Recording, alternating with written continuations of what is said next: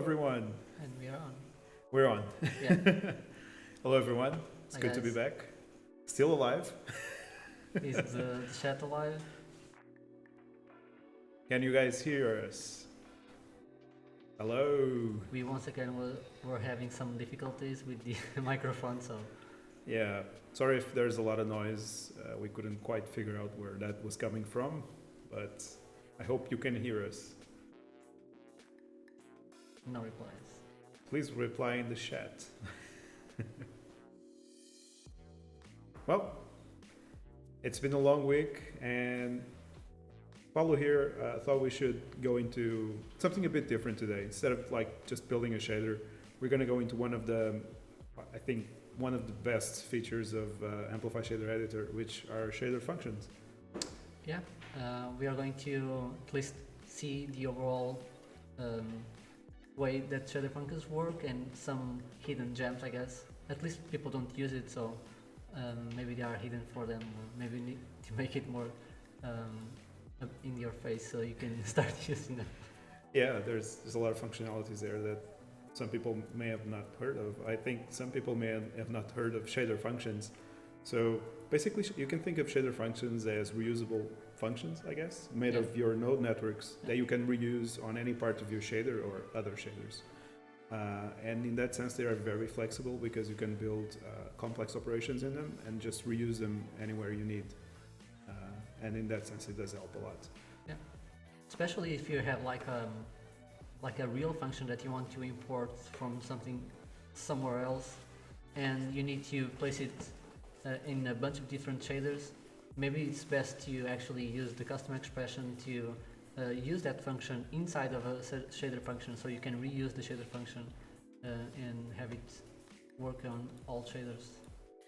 Yeah, and one of the cool things is you can also go into your own shaders and just pack them so they're not as complex and easier to read if you're going to share them with other people. Yeah. You can just do it for organization's sake, which is also very useful. And that's mainly the thing we are going to do today. Awesome. So let's go into your screen and maybe you can walk us through what you're going to show us today. Yeah.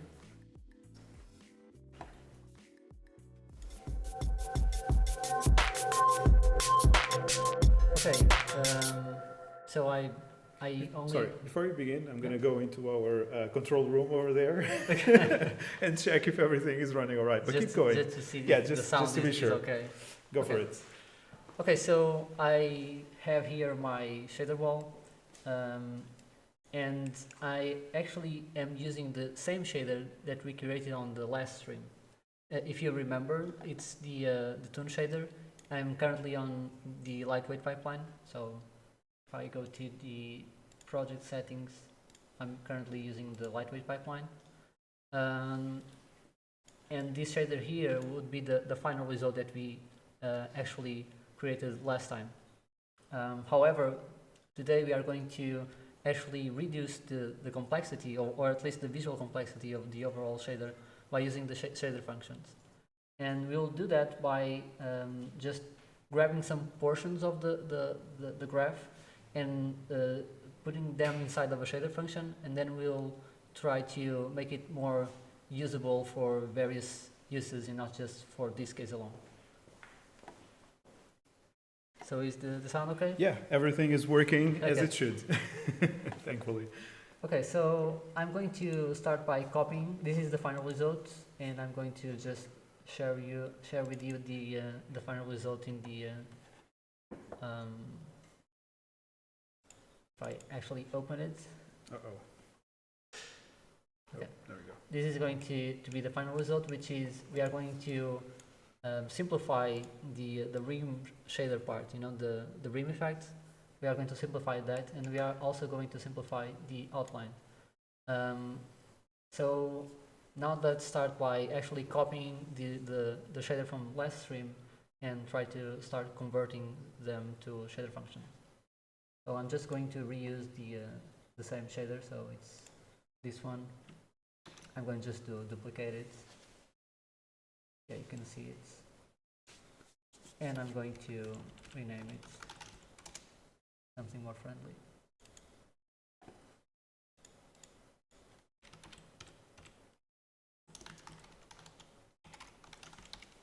Okay. So last time, let me just drag this, something like this. Last time we ended up something like this, right? So we had our normals, we had our main light effect, so our light attenuation. And if you remember, I guess it's good to point out many times that we actually had to solve the problem with the point lights with a different setup than the legacy system. So we are using an actual shader function at the time, which is actually a good place to start if you want to know more about shader function. If you actually double click on it, you can see the final structure that I created for this particular shader function. We are not doing something this complex, but somewhat, I guess, close to it. The only thing that is actually complex here is actually these custom expressions, which I'm not going to show them today, at least in this stream. Hey, good morning. Good morning, Riley. Early gamer, good to see that the chat is alive. Oh yeah, and if I'm not mistaken, Kasif Riley is KR Graphics. Yes. Yeah, I recognize the logo. He's an old timer from. Oh yeah, he's an old Amplify friend from the early days. Yeah, yeah. Okay, so I'm going to just show some tricks by using shader functions, and I'm actually going to convert the outline first, so I can do a little bit of everything about shader functions. So to create a shader function, you actually create it similar to the shader. You go to your project folder and you right click create, and you can select the shader amplify shader function entry. Just rename it to something. I'm going to call it outline offset stream because I already have one here, but let's call it like that. And also this name that you give to the shader function will be the same name that will end up showing up in the search menu. So if I search for outline, you see the outline offset stream here already. So okay, so let's start by copying the main part from the outline trick. If you remember, I actually can show it right now. On the last stream, I showed you how you can create like an outline that rescales to match a constant width, you know. So even if you are far from the object, the width is always the same, and if you go near it, the width is still the same width. So we are going to copy this, and we are going to paste it on our shader function. Hey, Visa. Oh, you're still using Amplify Motion, Riley. Does it even work? No, I'm kidding.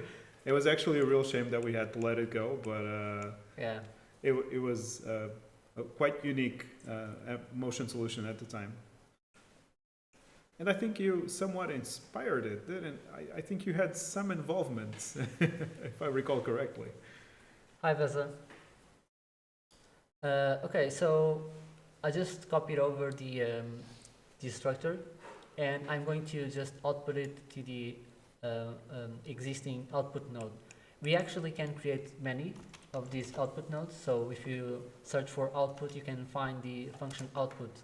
This will be represented as different outputs in the shader function at the end. So if I now search for the outline offset stream, you can see that we have two outputs, one for each of the outputs that we place on our shader function. For now, we only need one, and I'm going to rename this just out. And this would be already enough for you to share, like just one shader function that does the outline. However, one thing you can tell is that previously we had the alpha channel from the base color being multiplied here, and on our shader function it's no longer the case. However, I'm not going to replicate that only because the thing that this was doing was actually to just make the outline with a little bit more thin and on some parts, and we can simply control it by having a overall width value. Hi Patrick.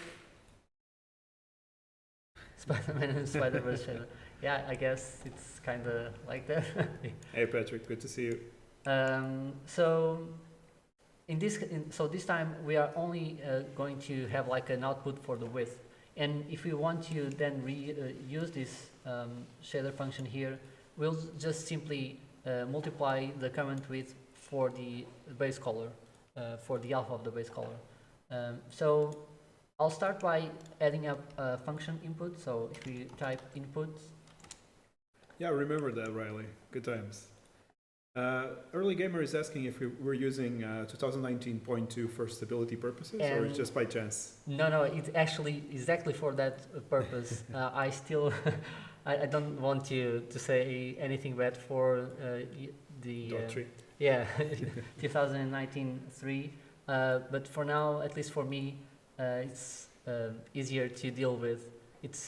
I think the next version still has a few kinks to solve. So for stability only, I decided to use, for now at least, 2019.2. Okay, so I'm going to just rename this input to width, and I'm going to replace these nodes by the width. And one of the things I want you to notice is that this input already has a value, which currently has the value of 0. And if I save this and I go to my shader where I have the node, you can see that we have like a width input with a 0 value, which we can actually change. And we could already use this. However, one cool trick about the shader functions is that we can actually define a default value that is different from just a single value. It can be a tree of other nodes. And the way we do this is simply by connecting the input to something else. I could connect it to another value from another node. In this case, I will simply connect it to this property node here. So I'm going to connect my outline width to this width. And one thing I want you to notice again is that now when I do this, I no longer have the default value available to me. So that default value is only available if you have nothing connected to that input, and if you have something connected to it, it will use that instead. Okay, let me just organize this a little bit better. So I'm going to just pop it out and place it here. This way we can see them together. Okay, so I'm then going to do the same for the distance cutoff. So I'm just going to duplicate it and call it distance. And I'm going to connect it here. Again, this node here is going to be our default value in the distance input. And if I save it, you can see that we already have both inputs here. If you want to, you can actually reorder them. So you can just drag and drop in the function input fields here. And if we do this and save again, now they are being reordered correctly. Very cool. Riley, we share all the samples on our wiki. So if you go to the stream list, pardon, you'll be able to access the files there. Yeah. All the streams, so you can check out the other ones even if you haven't watched it yet. Spider-Man. I think they were discussing the shader from last time. Yeah. Okay, so now we'll start to do something a little bit more complex, which is you can see that we decided to create this effect for the outline. But let's say that we want to reuse this shader function, and we want to have an option that we don't actually want that this effect for the outline. Let's say that we just want the regular outline that you just have like a constant width that scales with the camera, for example. Then we need to actually do some kind of switch, and we do this by introducing a new node, which is the function switch. So if you type switch, we now have the function switch. And it works like the other switch nodes, But in this case, it will actually create an option here on the main shader or the main node. So if I select this node, and if I now place this somewhere around here, you'll see that a new option will show up in the function node properties. So what I want to do is that I want to make this part of the whole outline effect, which is the one that controls the constant width, I want to make it like an optional thing. And now I'm going to do that by just placing it in the middle, and I'm going to change this I'm going to change the name of this option by saying like type, or I don't know, maybe outline type, something like this. And I'm going to say that this is the constant type, which is the constant width type. So, and I'm going to say that the other one is the regular type. You could use different names. I think I used on the one I have already here, constant and dynamic, but you can use something else. Okay. And if I now save this, we'll see that we now have an option here. So if you change from constant to regular, watch what happens. Basically, we lose one of our inputs. That's because on the regular, which is input, there's nothing connected to it, and our distance input is only connected to the constant switch. So it means that if we want to choose the regular one, we actually lose the ability to do all of this, which is what we want to do. However, we still need to figure out a way to deal with the fact that the value that's going inside the regular input is going to be multiplied by the rest of the function. So in this case, we'd simply just place a constant value of 1.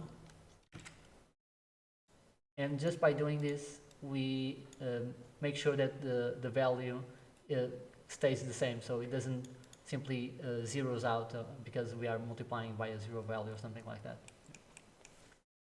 Okay, so just by doing this, we already have a more functional node because we can simply change the way it works.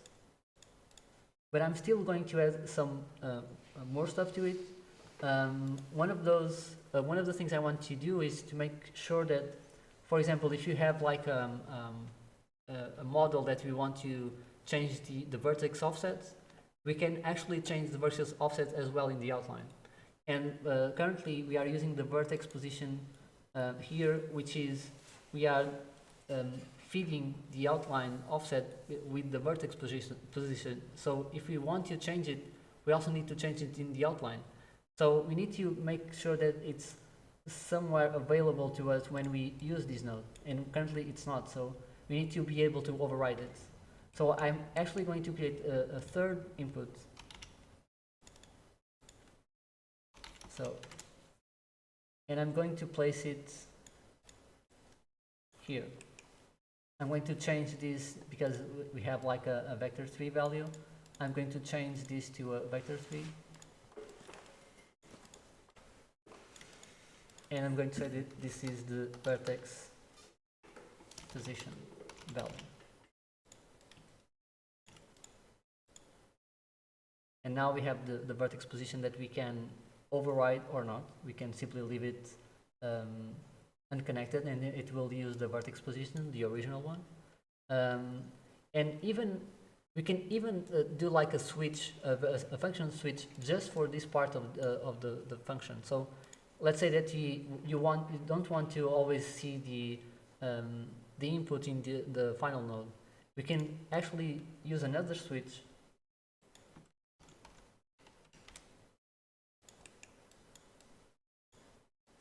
and say that, for example, overrides vertex position. So, and I'm going now to say that it's going to be a toggle mode, so something that you just check on or off. And I'm going to place it like this, so you want to be able to override it if it's true. And if it's not true, we'll use the current vertex position.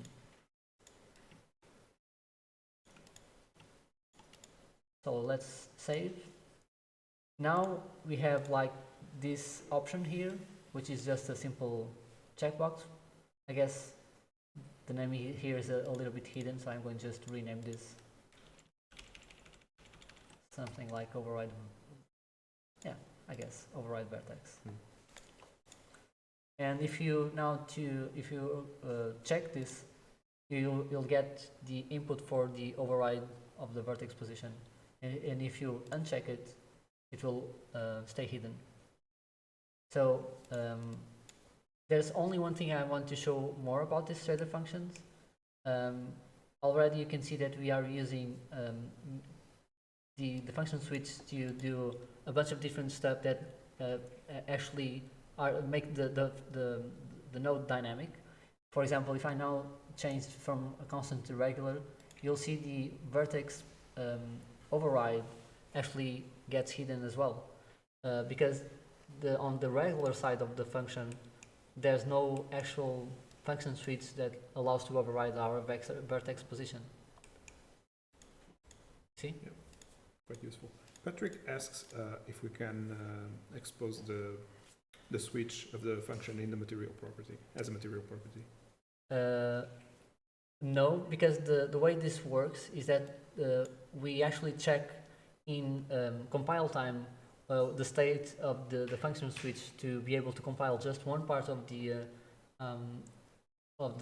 input or the other. For in this sense, on compile time, it will check if it's true or false in this case, and if it's false, it will combine the vertex position, and if it's true, it will try to check for the input that you place. So in this case, if I check the true option, it will try to compile wherever it's connected here. So it's not something that it's not something you can convert into something like the static switch, which is the actual use of the static switch. If you want to do that, you'd use the static switch, and it has similar options to the function switch.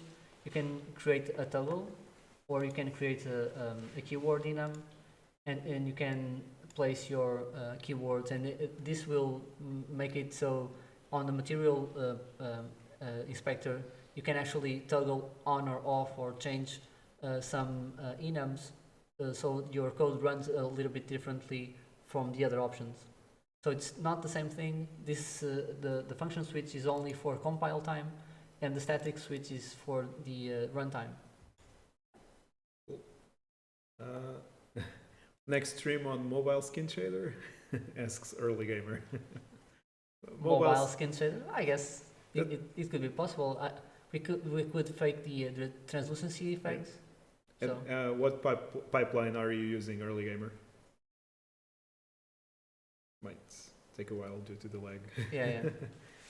So Kylie wishes he could do subsurface scattering with the universal rendering pipeline. Do you think that's possible? It's something similar to the skin shader, is it not? So basically, they are all talking about the same thing, which is trying to fake the subsurface scattering on the universal rendering pipeline. It's possible. For example, the solution that we currently have for the HD rendering pipeline is already a fake one. It's not the actual.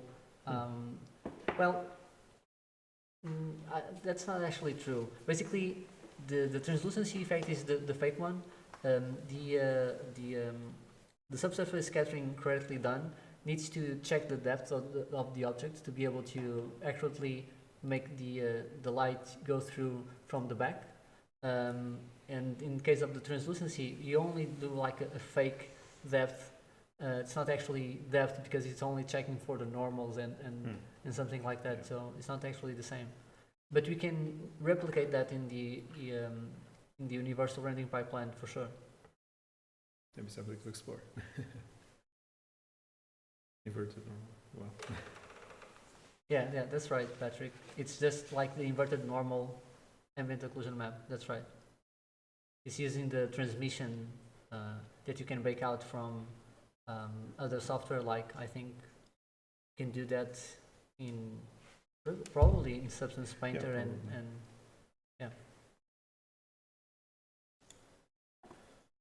Okay, so Let me just show you another feature for these shader functions, which is, let's say currently when we change the options here, we can actually see that the function inputs disappear, right? So if you, let's say that you didn't select the node and you want to just tell it from a glance that what option is selected here.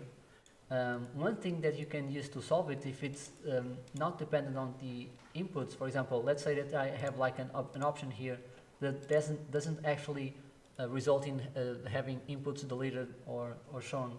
Let's say that I have an option that only changes the way the node works. In that case, it could be good to have like something like a subtitle, like we have, like, for example, let's see if I have one here.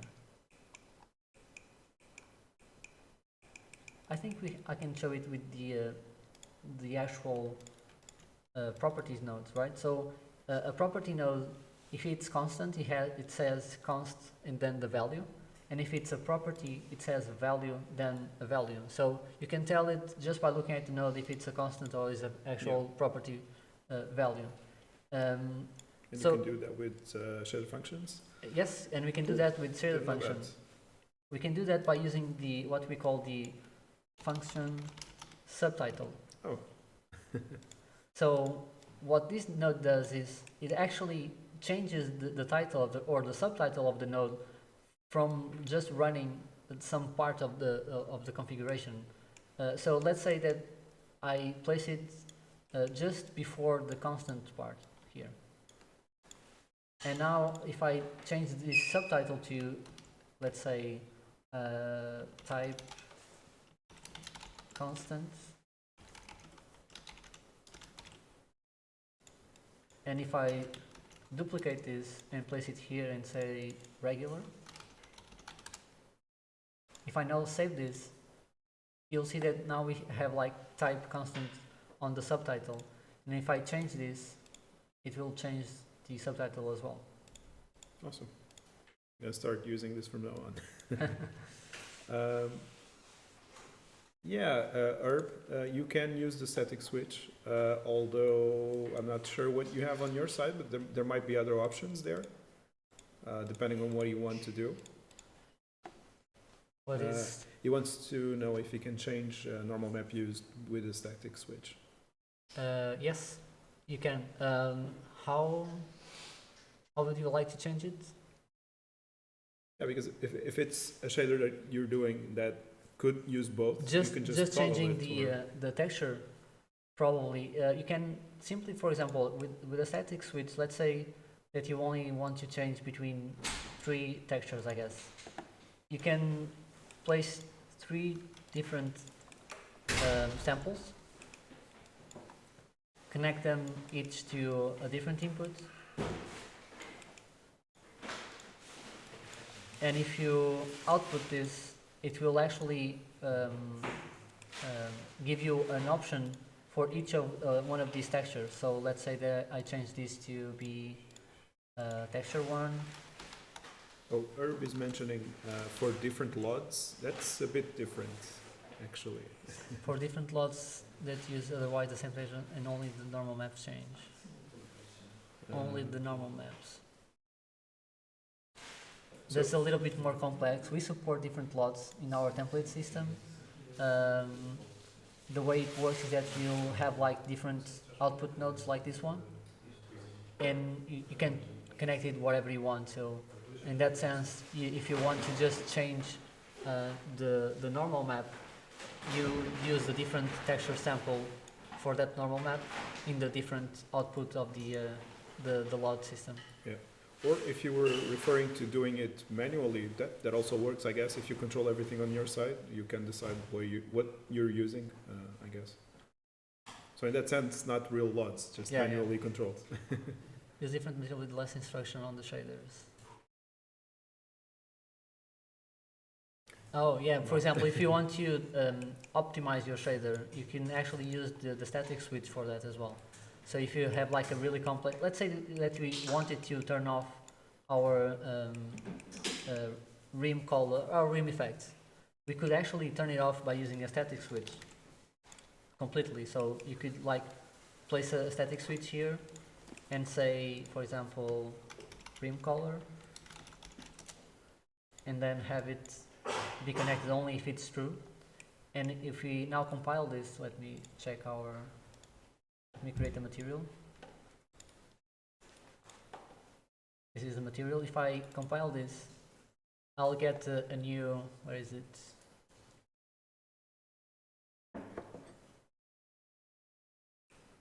Why did it I didn't show you're up? in shader. No.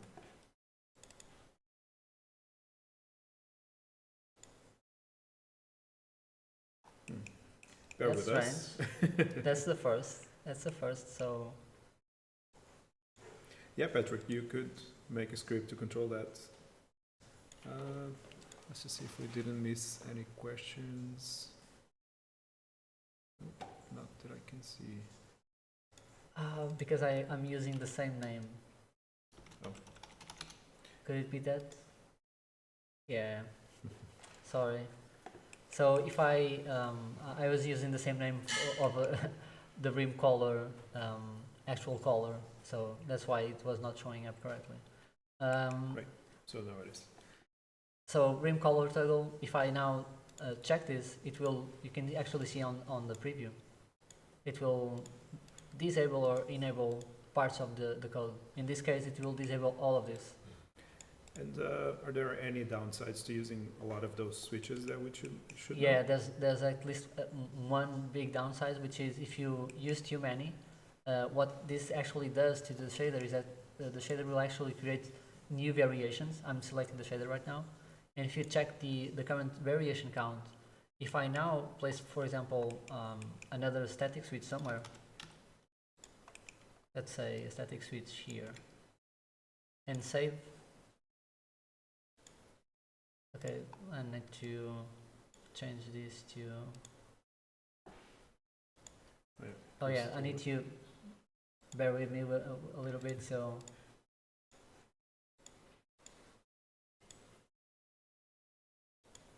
okay, so now the variation count increased. The reason I actually needed to change these options here is because I don't have anything connected to this one, so it's actually stripping down the variants that are not using anything. But by using the multi-compile, it forces it to compile both of those variations. So in this case, it's forcing it to compile when this value is true and when this value is false. And the same again for this one. And just by creating these two, we increased our variance count by like 3,300, I mean. And if this is an exponential effect, so if you place another one, it will try to exponentially create more variants. And what ends up happening is that whenever you want to save your shader, it needs to compile all of those variants, and it gets really slow to save the file, because it's trying to compile a lot of variants. Yeah, if you're using a lot of them and it starts getting slow, you know what it is now. Yeah. Kyle Riley says, thank you for the HD emission node. Is this? Oh yeah, this one. I'm not familiar with that actually. This one, yeah, it's. Oh right.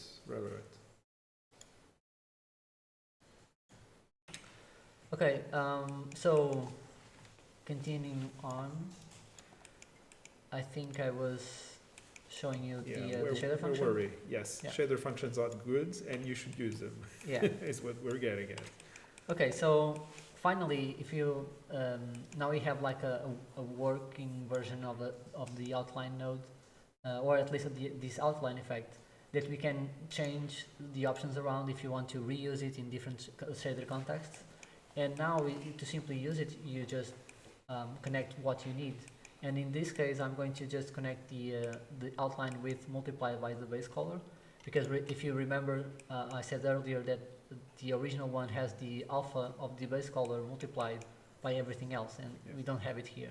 So I'm going to multiply this by the outline width and place it on the width parameter, width input, I guess. And I'm going to simply override our vertex offset and I can now safely delete this part. And just by that, I decrease the amount of clutter on our graph. And if I save this now, you can see that it has the same behavior. So let me just override here. Not this one. So let's say outline width and rim shadow dimming. Let me just copy over the values. And it's not working because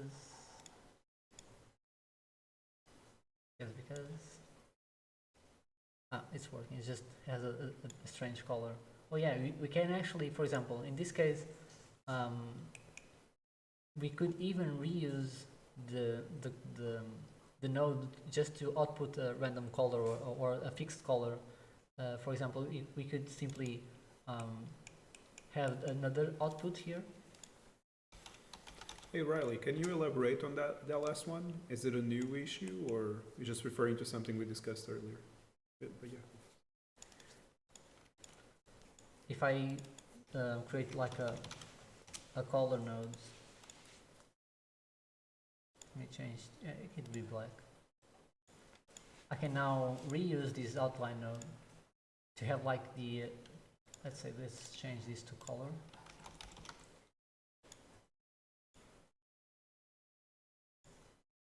And I could theoretically, I could use this to also output the color of our outline color. And by doing this, it will replace our color fields to a new one, which is this black one. And you can see this is the outline. If you want to change this to the, this is the regular one, so it scales down with the camera. So the regular outline, and if you change to the constant one, it will give us, where's the distance? Where is the distance? Not sure why the distance is not showing up.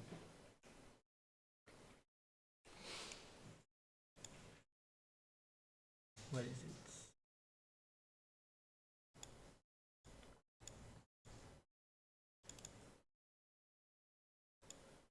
I think I had a value of 20, I guess, in the last stream.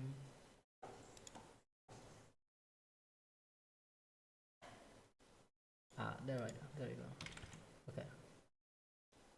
Yeah, there's some lag on the stream, early gamer. It's like 6 seconds maybe. I don't think we can work around it.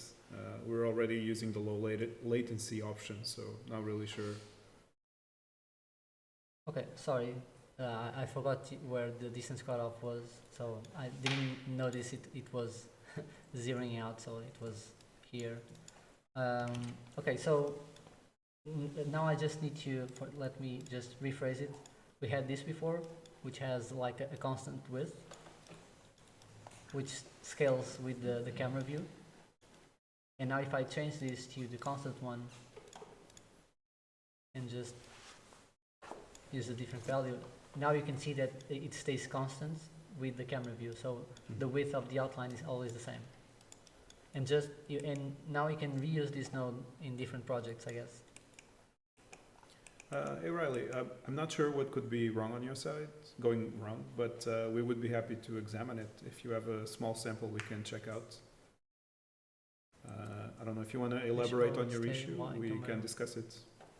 Yeah, in those cases it's best actually send me the actual shader, especially if you have like, if you if you don't mind sharing the textures as well. I can try to debug it and see if it's something wrong. And yes, the shader ball does look a bit like Frieza. Okay, so we now have a working version of the outline. Let's do the same for the rim color. Let's try to be a little bit faster and see at least one of the things that we can do with the shader function. So you're going to make a shader function in 30 seconds or less. Go. I could, but... No pressure, Paulo. No pressure. Okay, let's say it's rim stream.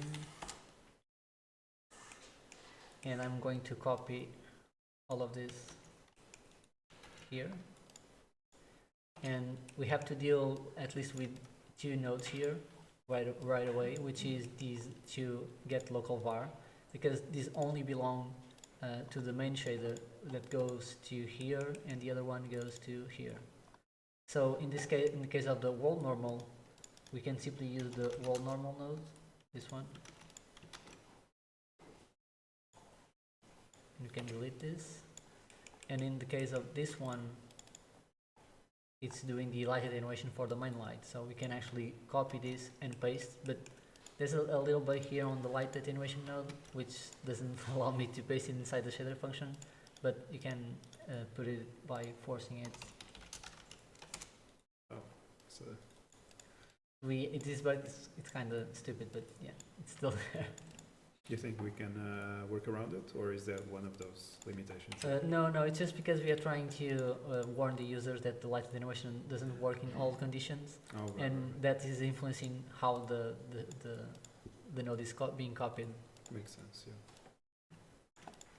Okay, so this is the rim effect, and another thing that I want to show you is that the power of the function inputs and the default values of the function inputs. In this case is, let's say that I want to, let me just save this and let me put it here somewhere. So this is the final shader function. And let's say that I want to input here, or at least make it available, the world normal, because if you remember, we are actually changing it with this setup here. You could simply use the function input again. Let's call it world normal. Change this to a vector 3 and place it in the middle. But now let's say that you actually want to, and you can see that we have the world normal input, and we could simply connect this one here, which is the original one, and it would work. But let's say that we want to choose if it's the normal is in world space or it's in tangent space. One trick would be to use the static switch, the function switch again, but it could be confusing because right now I'm going to swap the nodes around and it might be confusing, so I want you to pay attention, which is if I place a function switch again, not this one, function switch, and let's say I call it the normal space, and I'm going to create the world space option and the tangent space option. So in this sense, our world normal would be connected to here. But if you want to replicate the tangent space is actually just a flat version of the world normal. You can think of it like the normal texture that you use usually. So usually you place the normal texture inside of the input of the world normal. But in this case, I want to be able to input the attention space value of the normal, but we don't have the input for the tangent space world normal here yet. So we need to actually create a new input. I'm going to call it normal. So normal would be the normal in tangent space, and world normal would be the normal in world space. Change this to a vector 3, and now we would connect the tangent space normal, but now we have an issue, which is this is in tangent space, and this dot product needs a world normal, not a tangent space normal. So we actually need to reuse this world normal node but after the input of the tangent space normal. So we need to do it like this. And I'm going to use a default value of 001.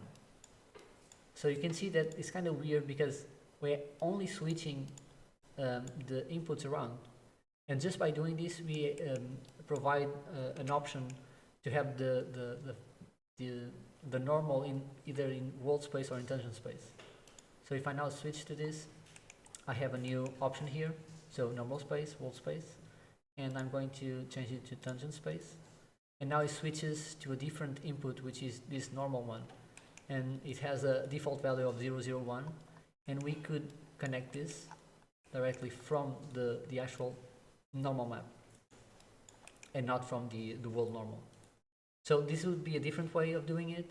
I just wanted to show this example just because it's weird that we are only switching these two around. But you have to remember that with the world normal node is actually converting tangent space normals into world normal. And in this case, it's only feeding the world normal inside the shader function. Okay. I don't have much to show you. Let me just say you that I, at least not to the other part that I wanted to talk about it. Let me say that I actually working on a few new features for the shader functions. One of those, it's kind of quality of life thing, simply because I know that a lot of you that want this, which is if you select the shader function on your project folder, I now have this button here which searches for the dependencies, or it searches where the node is being used on other shaders or shader functions. So if you click on it, it will show a list. In this case, it's telling me that it's being used here on this shader. And you can even click on the edit to open up. And if you want to, for example, resave the shader because you changed on something on the shader function. If I, for example, use this here as well, and if I now search, it shows being used on two different shaders now. Another thing that I want to be able to do eventually is not ready yet, but currently if you have like these kind of options, for example, in the case of the Ream stream that I was just creating, I have this option here.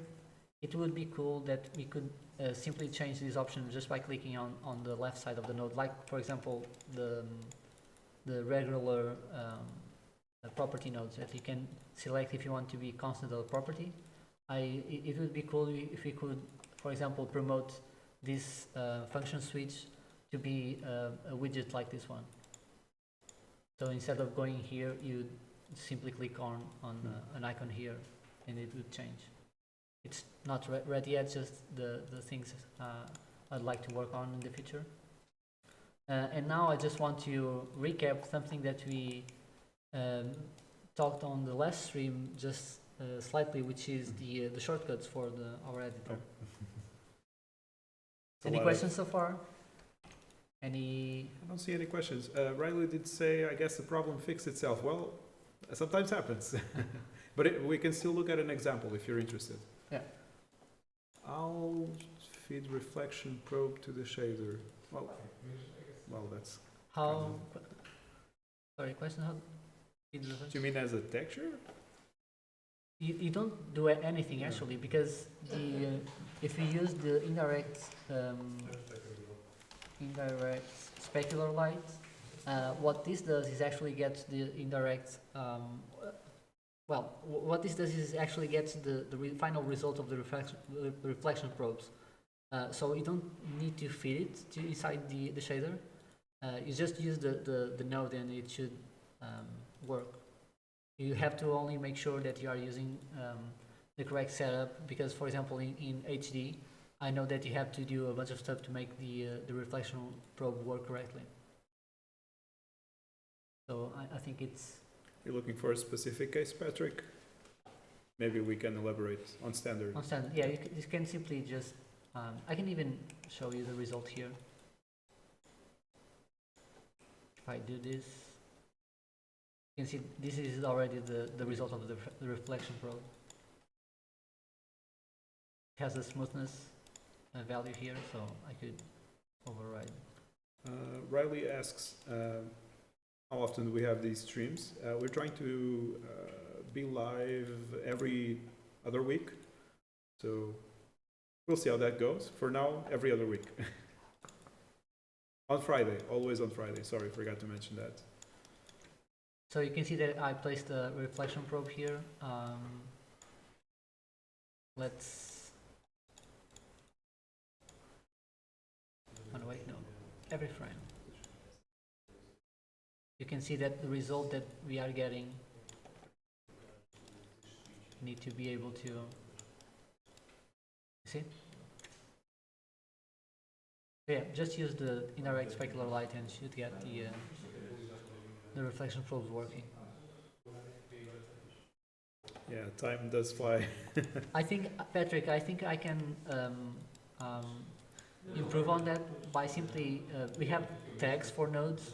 So if you like search for different words, I can simply add up the tag for the reflection probe. So if you type reflection, instead of showing up only the world reflection node, it would show up the indirect specular light as well. Don't know if that helps, but okay. So just for the shortcuts, if there's no more questions. Any other questions, anyone? We're gonna get into the hidden shortcuts of the editor, or what are you thinking? Okay, so if there's no more questions, I'm going to just recap shortcuts. Oh, we do have a question. Has anyone dared to test Amplify Shader on Unity 2020? I didn't.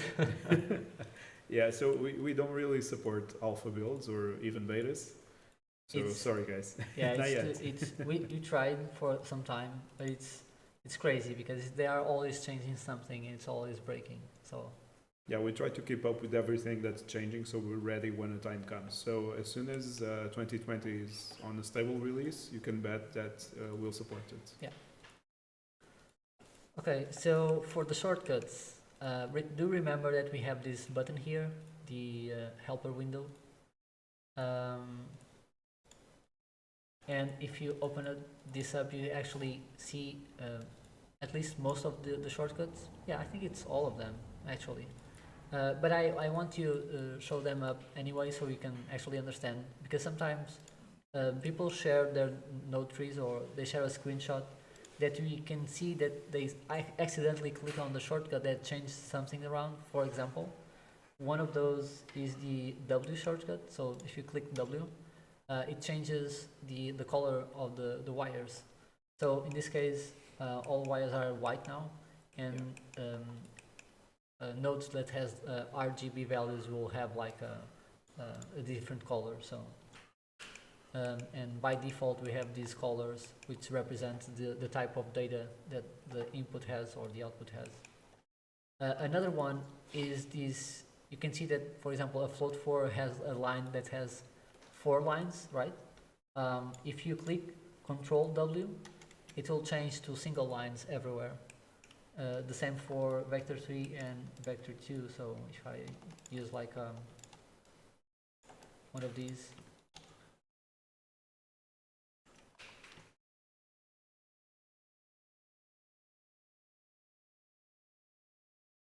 okay, so we have questions. Is it possible to add gradient maps to shader? It's very difficult to do root to tip. I don't know if this helps. On the last stream, I actually showed, it's here actually. We have this gradient sample and gradients, so you can add your own gradients and use the gradient sample. They are simply not exposed to the material inspector, so you can't change this on the material inspector, but you can change it on inside the shader. Hope that helps, Riley. We've actually discussed that, Patrick, having like some sort of visual feedback on the nodes, but so far I don't think we've come to a decision on that. Yeah. We kind of also want to keep it clean and simple. Yeah, for But- example, right now, if you select like a left node here, Yeah. if you, I think it's this one, no, not this one, which is it? Oh yeah, I forgot to connect this, sorry. Okay, so if you select a node on the left, you see that all these lines turn yellow, just to signify that it's being connected to the master node here. And I think it even works for the colored lines. It would be cool, I guess, to have these animated, to have like little arrows that go from left to right, I guess. It's Like- just, it's kind of hard, and the way the lines are being rendered, it could not, it would be difficult to show the little arrows. But yeah, it could be an idea. Yeah, they already have some sort of color variation when you're going between different value types. Oh yeah. For example, let's see if I have one here. Yeah, this one here. Yeah. So in this case, we have a float 4 being connected to a float 3 input, and the colors are being gradually changed. Yeah, to, I don't know if they can see it in the stream, but there's a gradient there. yeah. So this already signifies that something is being changed. In this case, it's the type. So this is the float 4 and this is the float 3.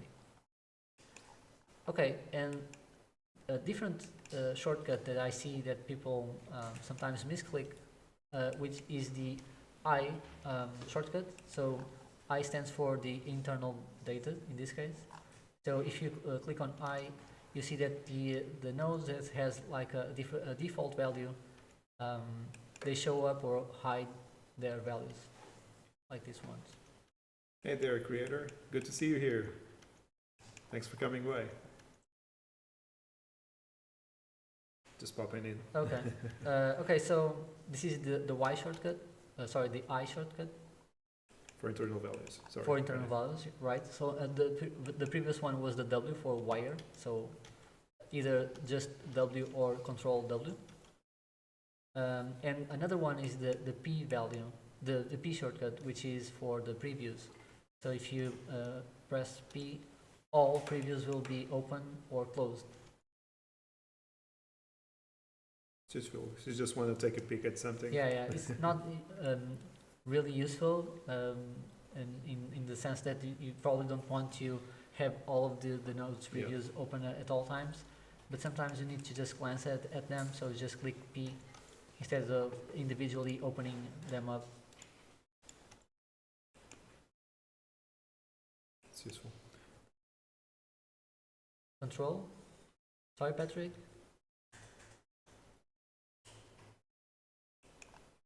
Okay, so the other shortcut that I want to show you, Control P. It's just P. Control P. No, it's just P, right?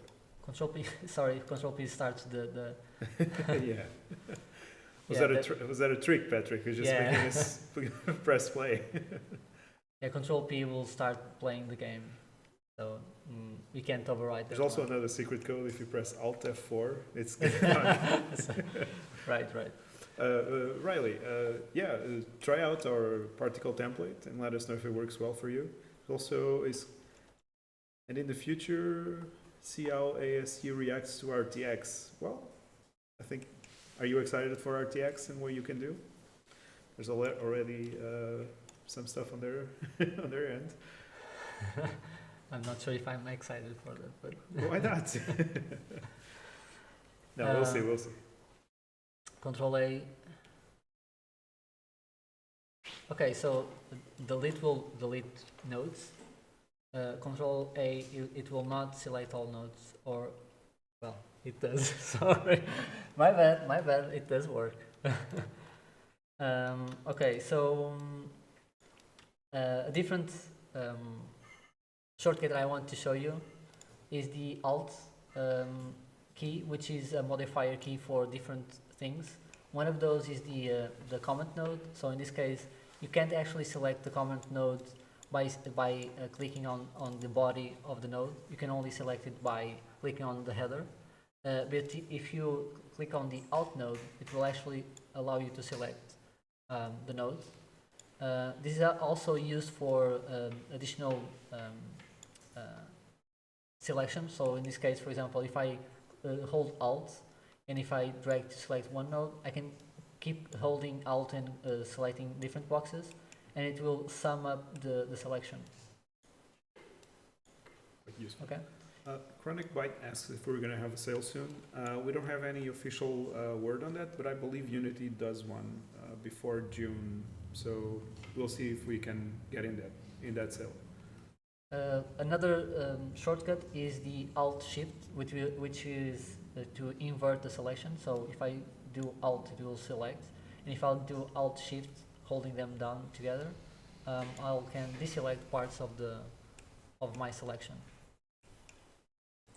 Okay. Another one which I use all the time is I actually showed this on the other streams, which is to be able to place a node between two nodes. In this case, instead of going from here to here and expanding all these clicks, I can simply hit Alt. Let me create a new one. I can simply create Alt, hold Alt, drag the node on top of the wire, and just release, and it will automatically connect the first input and outputs of the node. And this is the same for removing the node. So if I now click Alt and drag outside, it will disconnect and leave the connection untouched. Yeah, that's quite useful. Also, control to swap. I learned that in the last stream. So if you have like this case, for example, this case, if you want to swap between these two connections, let's say that you wanted to do this, for example, instead of doing the drag and drop stuff, you can simply hold Control, click on this one and switch over to this one, and it will swap these two connections. Perfect. Will it be possible to use shader functions for things like wrinkle maps? Yeah, you can use whatever you need inside the shader function. Yeah, I don't think there's any node that doesn't work inside a shader function, so yeah. When will Amplify Imposters be out of beta? Well, I don't think we have an exact time frame for that. No. We're still actively working on it. Yeah, I want to be able to finish the real-time imposters. Yeah. But this last this last release for HD has been a killer for us because it On the broke, editor side, you mean? yeah, Yeah. on both sides, On because the- yeah, we also it broke imposters and Amplify Shader Editor at the same time. Yeah. So that's another update that's coming to Imposters, is actually supporting the latest, right? Yeah, I need to be able to first support the latest HD version, and only then I can continue my work on the real-time imposters. I already started it, but I didn't have time to finish it yet. But I've seen it, and it's looking very promising. Okay, so another shortcut is to be able to pick connections on the output side of the node. So if you click on the output side of the node, it usually tries to create a new connection. So I'm just clicking without any modifiers right now. It tries to create a new connection. But if you hold Alt, it will actually hold the connection to you, and you can then connect it to some other place. Thanks, Early Gamer. You can also disconnect or delete connections by holding Alt and simple clicking on the input or output.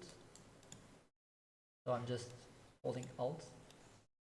Do you happen to know what's the shortcut on shader graph? For? To delete wires. Don't you have to select the wires? Hmm. I think that's the case. I kind of prefer ours. But I'm a I bit guess it's a biased, matter of maybe. preference. We don't actually select the lines here. We do have the thing for Oh yeah. creating the dots, which is if you double click on a line anywhere, it will try to create a dot that connects between two connections, and you can keep adding them and even write, I guess. So Yeah, Riley, you might run out of interpolators if you're using a lot. What are you doing, Paul? sorry, that's not my intention. Sorry. And if you delete these dots, they reconnect the line. My bad, my bad. I was just drawing a balloon. That's what it was. I tried to draw my first letter name, so sorry. Okay,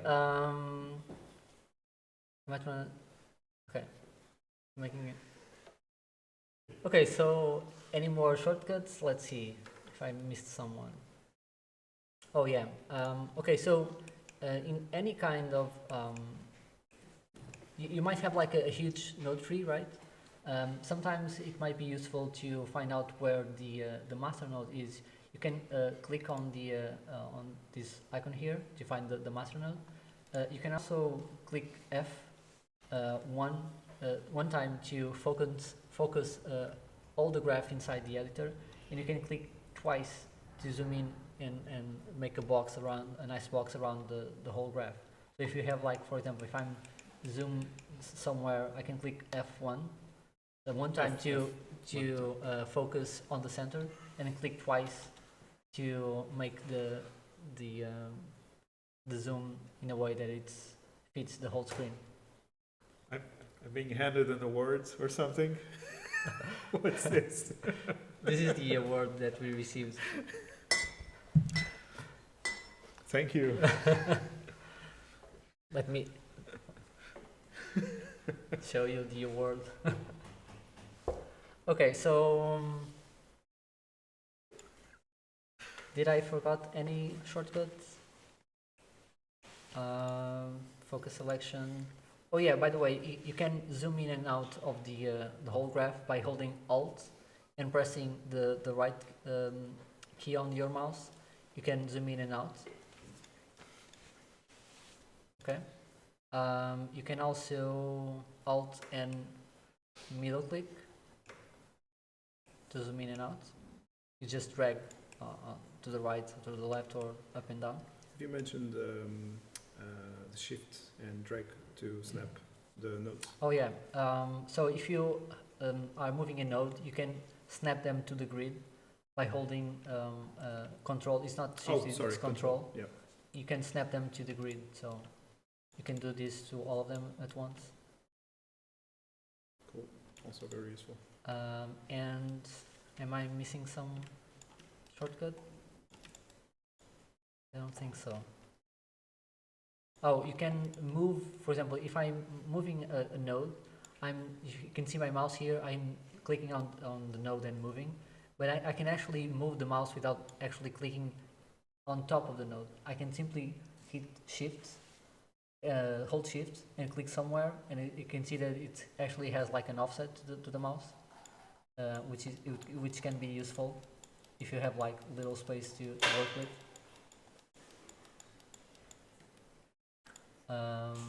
So yeah.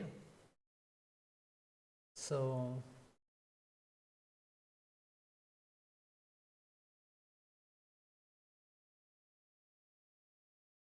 any questions, guys? Let's see if I'm missing something. Yeah, and there's of course the simpler shortcuts for node creation. We have a couple for each letter you have on your keyboard, for the more typical nodes like multiply, add, and stuff like that. Just try them out. You hold A for add. For example, you hold A, click on the graph, you add an add node. You hold M for the multiply. S is for subtract. D for divide. E is for power. There's quite a lot of them. Oh yeah. But sorry, I kind of lost my train of thought there. Yeah. I was gonna mention something else. I use Amplify Imposters.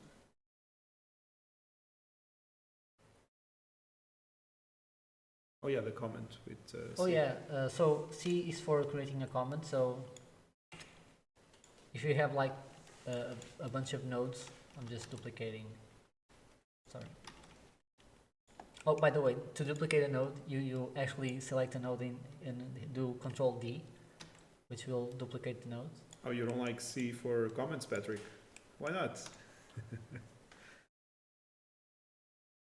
And we have like the C for comments. If you select the nodes and you hit C, it will create the comment box around the nodes. Oh yeah, for the Uh, component mask. That's Yeah, K. yeah. Yeah, that's our K. So So we're big fans of Mortal Kombat, so it's spelled with a K here. break to component is actually B, and we have the append node, which is V for vector.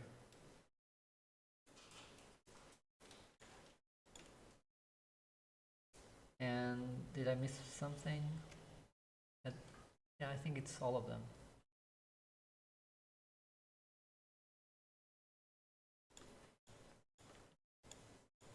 You can select multiple nodes by selecting one of them, holding Shift and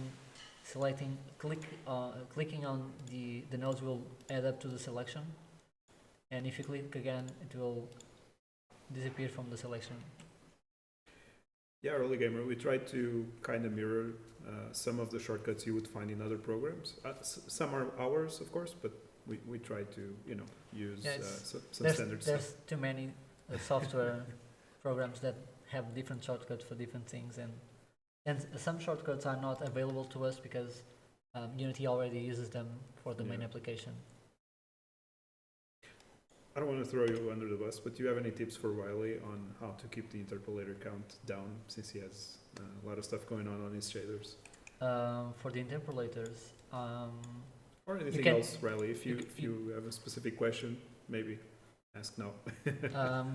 there's at least some things that you can do with interpolators. One of those we already try to do automatically, but sometimes it may fail because of the way you are trying to create the structure, which is to be able to pack information inside the float 4. So if you have like, let's say that you have a node like this one, and you have another one, for example, and somehow they are being connected somewhere, and one of these you want to be able to generate an interpolator for, you might use the vertex to fragment node, which will create an interpolator for this node, and the same one for example, this one. But it's actually more efficient if you just create one, and instead of using the vertex to fragment node like this, you append them first and pass them through a vertex to fragment node, and then you can break them up again. In this case, it's like this. And finally, you would add up them like in the previous, the above example. So let me just drag this to an empty area. This will only use one interpolator, and this will use two interpolators. This is a way to save interpolation data by reusing the empty channels of the other interpolators. However, we already tried to make this automatically, so this only applies if you are already using this node, the vertex to fragment node. So most of the times we only try to create the data that we need.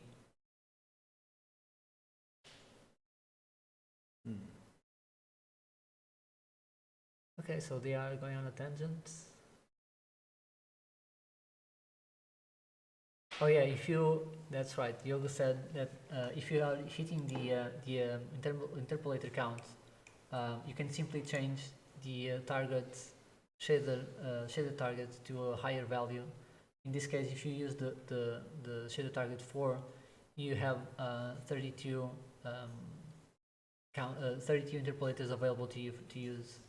So if you have like a very high interpolator count, you might see an error from your shader saying that it doesn't have any more interpolators available, and in that case you can simply change the subshader. In the shader model you can change it to 4, for example, and you get more of them.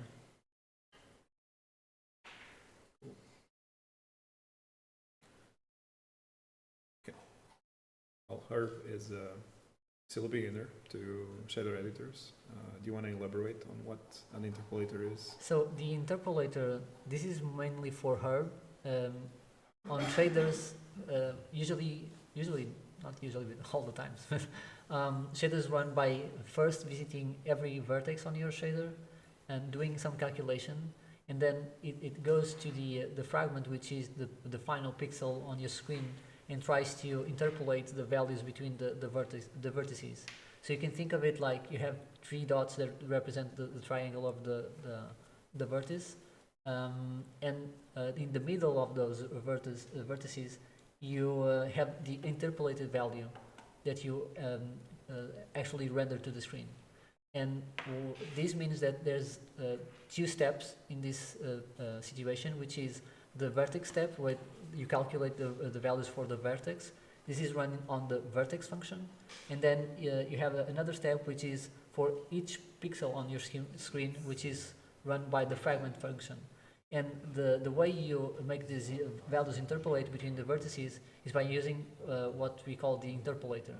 And these are done automatically for you, so you don't, most times you don't actually do anything to use or not use interpolators. They are used all the time. Even if you use a simple node like world position, for example, it will use an interpolator. So even if you think you're not using it, Herb, you actually most likely are. But usually it uses just a few of them, like 5 or 6 in a regular shader, I guess. It depends. What shader model were you using, Riley? He said 4.5. Oh, so you went back. Don't go back.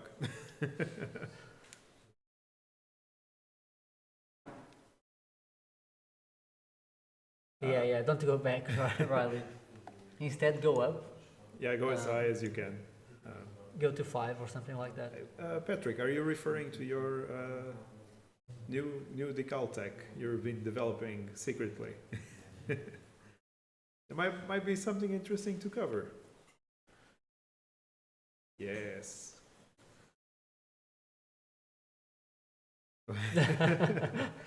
We'll see. If I have the time. There's too many things on my shoulders. Yeah, it looks very interesting. Definitely keep exploring it. We'll also look into it. Still on my left. Oh.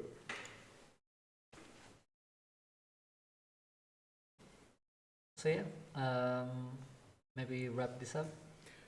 Yeah. You guys out of questions, or you got something? I wish. I'll buy them too. I prefer a Tesla. Or Tesla, yeah. Okay, no problem, guys. Hey, thanks for watching. I hope So, you guys enjoyed. Let's wrap this up. You saw today the shader function use and a bunch of shortcuts. So this was mainly for you to be more efficient when creating shaders. Hopefully this will help you.